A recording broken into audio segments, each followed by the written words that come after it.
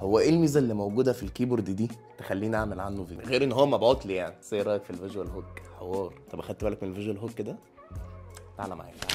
بص يا سيدي، خليني اعرفك باختصار شديد على الكيبورد ده اللي بيجي باسم رويال كلادج ار 75. 75 دي يعني عشان هو 75%، مع ان شكله اصغر في الحياه الحقيقيه من 75%. بس انت عارف برضو شكله ايه؟ شكله روش قوي في السيت اب بتاعي. وبيجي في العلبه بتاعته بكابل تايب سي لان هو مش وايرلس، وسويتشات وكي كاب بولر، وكمان بيشتغل على الماك وبيشتغل على الويندوز. غير كده الكيبورد محفور عليه عربي بس مش بينور. مش عارف، بس العربي عمره ما كان مشكله بالنسبه لي. انا حافظ اماكن الزراير بتاعته فبكتبها على طول، ما انا ما عنديش اي كيبورد عربي غير الكيبورد ده. انا بعرف اكتب عربي على كيبورد الماك وحافظ اماكن الزراير.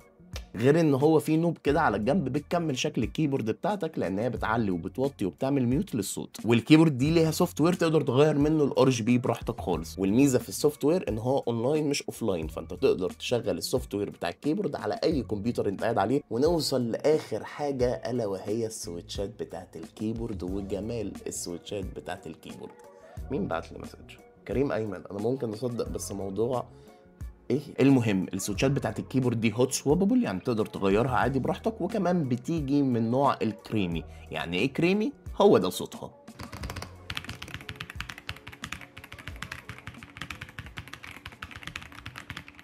والله العظيم صوت. بس كده يا عم، سلام.